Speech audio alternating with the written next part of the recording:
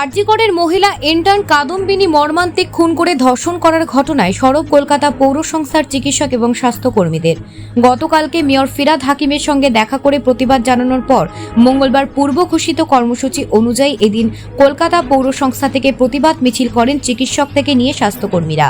আরজিকরের আন্দোলনকারীদের সমর্থনে এদিন KMC টু আরজিকর মার্চের ডাক দেন পৌর সংস্থার চিকিৎসক সহ স্বাস্থ্যকর্মীরা। এদিন আরজিকরের ঘটনা প্রকৃত দোষীদের দৃষ্টান্তমূলক শাস্তির দাবি করে প্রতিবাদ মিছিলে সামিল হন তারা।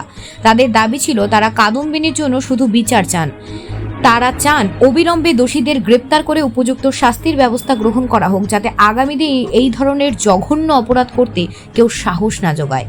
কলকাতা পৌর সংস্থা থেকে বেরিয়ে SN ব্যানার্জি রোড হয়ে কলেজ স্ট্রিট হয়ে শ্যামবাজার হয়ে আরজিকরের ঘটনায় তীব্র ধিক্কার জানিয়ে প্রতিবাদে সামিল হন কলকাতা পৌর সংস্থার চিকিৎসক ও স্বাস্থ্যকর্মীরা। Bureau report, news prime times. দেখুন, কি হচ্ছে বলতে পারবো না, কি চাই বলতে পারবো। আমাদের এখান থেকে আমাদের একটাই বক্তব্য, আজ একটা ছেলে একটা মেয়ে যেই হোক তার সিকিউরিটি আমাদের সিস্টেমই তো দেখবে, তাই না? আমাদের আস্থা আছে একটা জাস্টিস হবেই, সবাই সেই দিকেই আমরা এগোচ্ছি।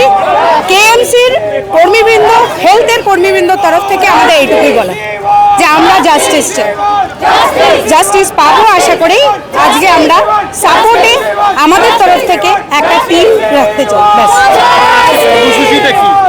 কর্মসূচি আমরা আজকে, আপনারা সবাই জানেন যে NRS-এ একটা বৃহত্তর জমায়েতের কথা আছে।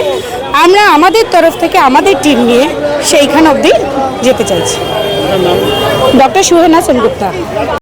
আপনারা জানেন যে NRS-এ যে ঘটনাটা ঘটেছে, যে নারকীয় ঘটনা ঘটেছে, তার প্রতিবাদে এবং তার বিচার চেয়ে সারা বাংলা জুড়েই যে আন্দোলন হচ্ছে, ছাত্র সমাজের এবং যুব সমাজের যে আন্দোলন এবং এখন নাগরিক সমাজ যেটাতে যুক্ত হয়েছে, আমরা সেইখানে সমর্থন জানিয়ে বৃহত্তর আন্দোলনের সাথে যুক্ত হতে আজ NRS-এ যে গণকনভেনশন আছে তাতে আমরা পার্টিসিপেট করার জন্য এগিয়ে চলেছি।